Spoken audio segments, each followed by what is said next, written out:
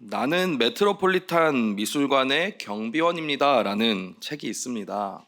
이 책은 실제로 저자 패트릭 브링리라는 사람이 뉴욕 메트로폴리탄 미술관에서 10년간 경비원으로 일하면서 겪은 경험을 기록한 실화 바탕의 에세이 책입니다. 이 책은 미술관에서 경비원으로 일하며 경험한 특별한 이야기들을 담고 있습니다. 책을 읽으면서 잠시 제가 멈춰서 생각하게 된 지점이 있었는데요. 오늘 그 이야기들을 잠깐 나눴으면 좋겠습니다. 이 책을 작성한 저자는 어린 시절에 부모님과 함께 이 뉴욕 메트로폴리탄 미술관에 방문한 기억을 떠올리면서 그 당시에 본 한 작품에 대해서 이렇게 기억을 떠올립니다. 그 작품은 피터르 브리헐이라는 네덜란드 작가의 곡물 수학이라는 이름의 작품입니다. 지금 화면에 이렇게 나오고 있는 작품인데요. 이 어린 시절 저자는 이 작품을 처음 보았을 때 아주 큰 감동을 받고 발걸음을 멈췄다고 합니다.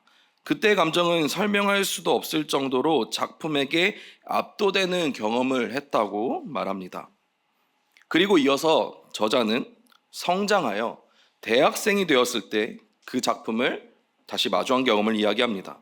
대학생으로 성장한 저자는 한 손에는 노트를 들고 학교에서 배웠던 이론적인 배경들을 떠올리면서 작품을 분석하고 큐레이터들이 적은 것들을 보면서 어떤 말을 하고자 하는지 단어 하나하나를 이해하려고 살펴보면서 열심히 그 작품을 보았다고 합니다. 아주 열정적으로 작품을 보았다고 합니다.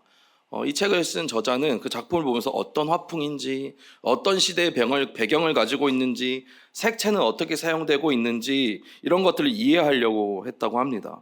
그래서 어렸을 때 본인이 그 그림을 보고 단순하게 작품에게 압도되어서 멍하니 서서 그 작품을 바라보았던 과거의 모습보다는 자신이 좀 더 발전한 자신의 모습을 좀 기대했다고 합니다.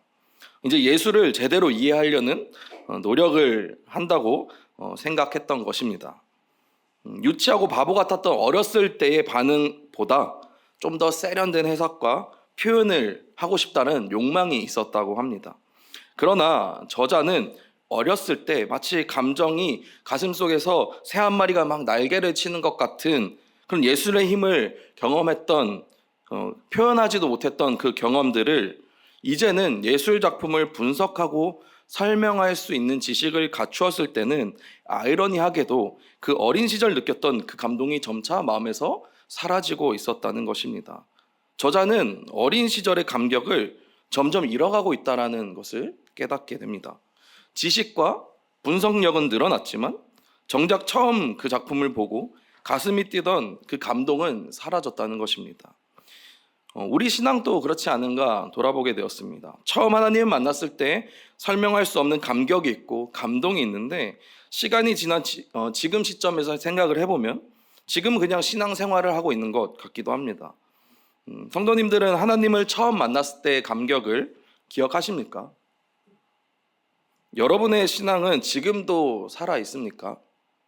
오늘 성경 말씀에 등장하는 에베소 교회는요, 정말 훌륭한 교회였습니다. 성경의 기록에 따르면 에베소 교회는 사도 바울이 3년 동안 눈물로 복음을 가르치고 목회를 했던 교회입니다. 그리고 이 에베소 교회는 초대교회 신앙의 아주 중심적인 역할을 할 정도로 훌륭한 교회였다고 합니다. 또한 성경에서 에베소 교회는요, 믿음과 행함이 분명하고 영적으로 성숙한 공동체다라고 에베소서 1장 15절 말씀에서도 이야기하고 있는 것을 우리는 발견할 수 있습니다. 그리고 오늘 말씀을 보면 에베소 교회는 이단을 분별하고 진리를 수호하는 데 탁월했으며 신앙의 열심과 헌신이 뛰어났다는 것을 발견할 수 있습니다. 아까 읽었던 2절, 3절 말씀을 우리 다시 한번 읽어보도록 하겠습니다. 시작. 내가 내 행위와 수고와 내 인내를 알고 또 악한 자들을 용납하지 아니한 것과 자칭 사도라 되어 아닌 자들을 시험하여 그의 거짓된 것을 내가 드러낸 것과 또 내가 참고 내 이름을 위하여 견디고 게으르지 아니한 것을 이처럼 에베소 교회는 아주 훌륭한 교회였습니다. 그런데 하나님께서는 이 에베소 교회를 향해서 한 가지 문제를 오늘 지적하고 있다는 것입니다. 이 에베소 교회의 모든 장점을 물거품으로 만들어버리는 한 가지 문제였습니다. 바로 너의 처음 사랑을 버렸다라는 것입니다. 4절 말씀에 나와 있는 너의 처음 사랑을 버렸다라는 것을 지적하고 있다는 것입니다. 에베소 교회의 모습은 겉으로 보기에는 신앙적으로 단단한 기반이 있는 것 같고 그리스도인으로 살아가는 모습에도 모범적이고 흠이 없어 보이기도 했습니다. 그러나 하나님이 보시기에 에베소 교회의 모습에는 하나님을 처음 사랑했던 모습이 보이지 않는다는 것입니다. 우리 연인들 사이에 다툼이 생길 때 이런 얘기를 하죠. 오랜 기간 연애를 하고 나면 오빠 변했어 이런 얘기 하곤 하죠. 혹시 성도님들은 물어보는 입장이십니까? 듣는 입장이십니까? 저는 주로 듣는 입장이긴 한데요. 예전에는 맨날 집 앞에 데려다 주더니 요즘은 데려다 주지도 않아 이런 거. 아니면은 예전에는 친구랑 노는 것보다 나랑 노는 게 재밌다고 하더니 왜 친구랑 맨날 놀러 가? 연인 사이 이러기도 하죠.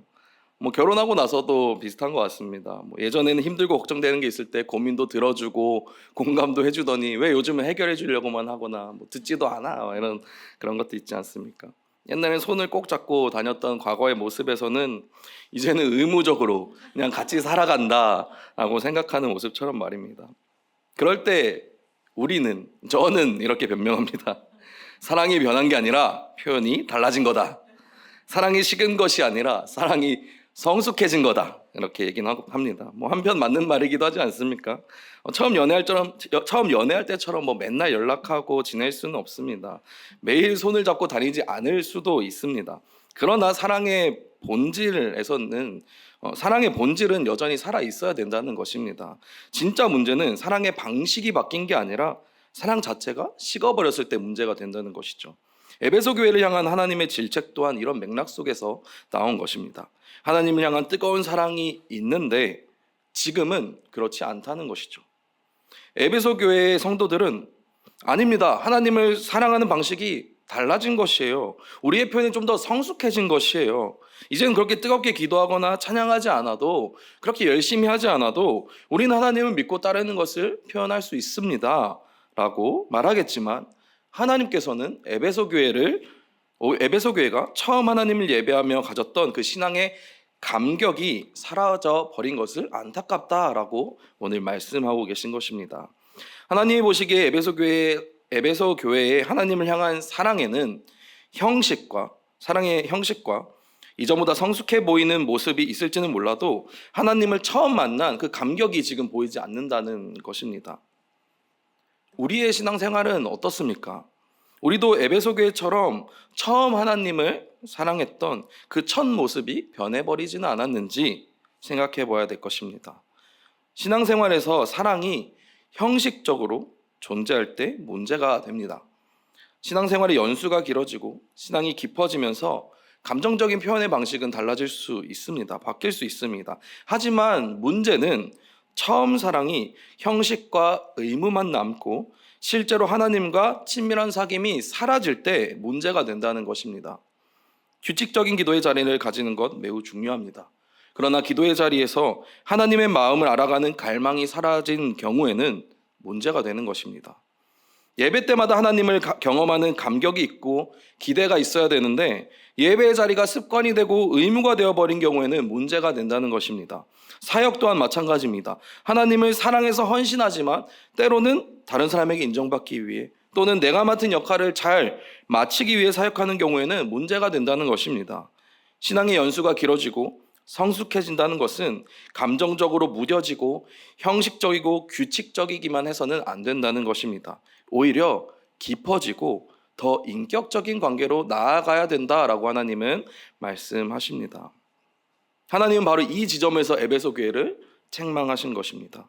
예수님은 단순히 에베소 교회의 신앙이 감정적으로 뜨겁지 않아서 책망한 것이 아닙니다. 하나님께서는 에베소 교회가 하나님과의 관계에서 멀어지고 그들의 신앙의 의무와 형식만 남은 상태가 된 것을 지금 지적하고 계신 것입니다. 신앙에서 감정의 형태는 달라질 수 있습니다. 언제나 불타는 것 같이 뜨거운 마음을 유지할 수는 없습니다. 제가 지난주에 청소년부 수련회를 다녀왔는데요. 아이들과 함께 열심히 뛰다가 다음날 종아리에 쥐가 나가지고 엄청 고생을 했습니다. 그것처럼 우리가 늘 그렇게 뜨겁게 할 수 없는 것이죠. 그러나 만약 우리의 신앙에서 의무와 형식만 남고 하나님과의 관계가 사라졌다면 우리도 에베소 교회와 마찬가지로 처음 사랑을 잃어버리게 된 것입니다. 따라서 오늘 말씀에서 에베소 교회를 향해 처음 사랑을 회복하라라고 지적하는 것은 단순히 감정을 되찾는 것을 말하는 것이 아닙니다. 바로 사랑의 본질을 회복하라라고 말씀하시는 겁니다. 사랑의 본질은 무엇일까요? 오늘 말씀을 묵상하면서 사랑의 본질에 대해 생각해 봤는데, 사랑의 본질은 단순한 감정이 아니라 바로 머무르는 것이다 라는 생각이 들었습니다. 시간이 지나도 여전히 함께하고 친밀하게 연결되어 있는 관계 속에 있는 것이 바로 사랑의 본질이라는 것입니다. 부부간의 관계를 생각해 보면 처음에는 뜨거운 감정이 사랑의 핵심처럼 보이지만 진정한 사랑은 시간이 지나도 변함없이 서로의 곁에 머무는 것, 관계를 지속하는 것에 있지 않습니까? 하나님과의 관계도 마찬가지라는 것입니다. 우리가 신앙의 처음 순간에 느꼈던 그 강렬한 감정은 시간이 지나면서 조금 형태가 달라질 수 있습니다. 그러나 하나님과 함께 머무는 그 친밀한 사귐은 변하지 않아야 된다는 것입니다. 예수님께서도 요한복음 15장에서 내 안에 거하라 나도 너희 안에 거하리라 라고 말씀하고 있지 않습니까? 신앙은 단순히 한순간 뜨거웠던 감정이 아니라 하나님과 계속해서 연결되어 머무는 삶이 되어야 된다는 것입니다. 우리가 신앙생활을 하면서 의무적으로 기도하고 형식적으로 예배드리는 것이 중요한 것이 아니라는 것입니다. 하나님께서 원하는 것은 단순한 습관이 아니라 살아있는 관계 속에서 하나님을 깊이 경험하는 것입니다. 처음 하나님을 만났을 때 가졌던 그 감격과 사랑이 지금도 여전히 우리 안에 살아있는지 돌아보아야 한다는 것입니다. 만약 하나님과의 친밀한 사귐이 사라지고 신앙의 의무와 형식만 남아있다면 우리는 에베소 교회와 다를 바가 없는 상태에 놓인 것입니다. 그래서 예수님께서 에베소 교회를 향해 처음 사랑을 회복하라 말씀하신 것은 단순히 뜨거운 감정을 찾으라고 한 것이 아니지 않습니까? 하나님과의 친밀한 사귐을 다시 회복하라라고 말씀하고 계신 것입니다. 신앙은 단순히 지식이나 어떤 행위가 아니라 하나님과의 인격적인 관계 속에서 성장하는 것입니다. 신앙생활이 단순한 습관이 아니라 살아계신 하나님과의 동행이 되어야 된다는 것입니다. 우리가 하나님을 향한 처음 사랑을 회복한다는 것은 단순히 과거의 감정을 다시 느끼는 것이 아니라 하나님과의 친밀한 사귐 속에 다시 들어가는 것입니다. 사랑의 본질이 바로 머무는 것이기 때문입니다. 우리는 하나님과의 친밀한 사귐 가운데 머물러야 합니다. 지난 토요일 주일 이틀간 제가 개학준비 수련회 개준수를 다녀왔습니다. 아이들과 말씀 나누면서 또 신앙생활을 돌아보면서 아이들에게 이런 질문을 했습니다. 지금까지 나의 신앙생활은 부모님의 신앙생활이었는가 아니면 나의 신앙생활이었는가를 함께 나누었습니다. 청소년기에 접어든 학생들이 나의 하나님을 만나고 나의 하나님을 경험하는 시간을 가지려고 그 말씀을 나누었습니다. 부모님의 등살에 떠밀려서 하는 신앙생활이 아니라 주도적인 나의 신앙생활을 가지고 하나님과의 친밀한 사귐을 가지자라는 말씀을 나누었습니다.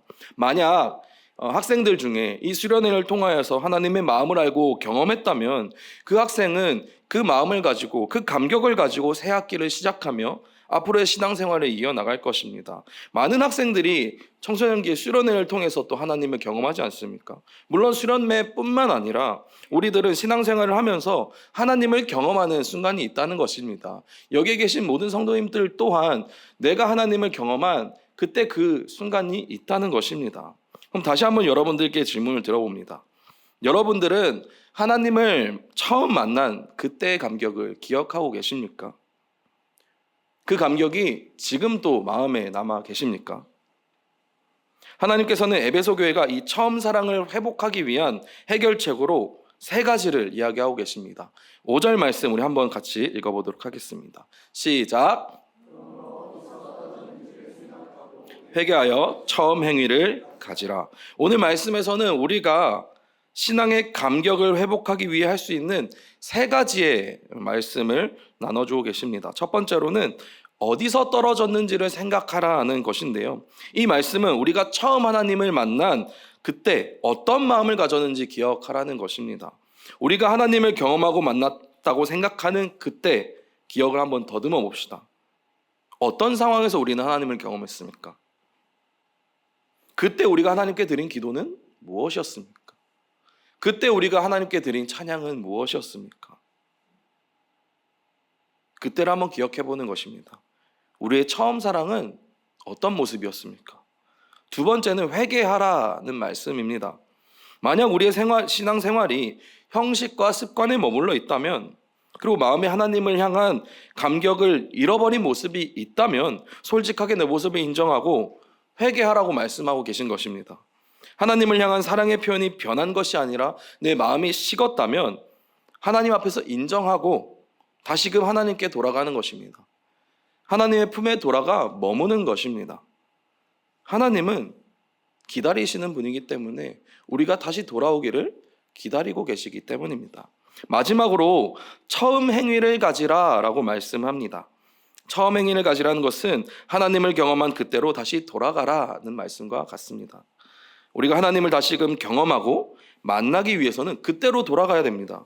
그때는 곧 하나님과 친밀한 사귐을 가지는 때를 말하는 것입니다. 우리가 하나님과 친밀한 삶 가운데 있기 위해서는 하나님과 가까워져야 됩니다. 그러기 위해서 우리는 하나님과 계속해서 대화를 해야 됩니다. 기도의 자리를 통해서 하나님의 마음을 알아가기 위해 애써야 됩니다. 말씀을 읽으며 하나님께서 나에게 주시는 말씀을 발견하고 깨달아야 됩니다. 예배의 자리를 통해서 하나님께서 내 곁에 계시며 나의 삶의 주인이 되시는 분이라는 것을 기억해야 된다는 것입니다. 하나님께서는 이 세 가지의 방법을 통해서 처음 사랑으로 회복하라라는 해결책을 우리에게 주고 계십니다. 하나님과의 처음 사랑을 회복하시기 바랍니다. 그때의 감격을 다시 경험하시기 바랍니다. 말씀을 정리합니다. 처음 사랑을 회복하는 것은 연인 관계에서는 권태기를 극복하는 것 같아 보일 수도 있습니다. 그러나 세상의 사랑은 변하고 식어도 하나님의 사랑은 변함없이 우리를 향해 열려 있다는 것입니다. 우리가 하나님을 찾지 않을 때에도 하나님은 단 한 번도 우리를 떠난 적이 없다는 것입니다. 처음 사랑을 회복한다는 것은 단순히 감정을 되찾는다는 것이 아니라 하나님과의 친밀한 사귐 가운데 다시 머무는 것입니다. 신앙의 처음 순간에 경험했던 감격과 사랑이 단순한 추억이 되어서는 안 됩니다. 하나님은 여전히 우리를 사랑하시고 우리가 다시 그분께 나아오기를 기다리고 계십니다. 오늘 주신 말씀처럼 우리는 어디서 떨어졌는지를 돌아보고 회개하며 처음 행위를 다시 가져야 할 것입니다. 혹시 우리의 신앙이 형식과 의무만 남은 모습이라면 오늘 이 시간 조용히 하나님 앞에 나아가서 우리의 마음을 돌아보시기 바랍니다. 그리고 다시 하나님께 가까이 나아가기를 다짐하시기 바랍니다. 하나님과의 처음 사랑을 회복하시기 바랍니다.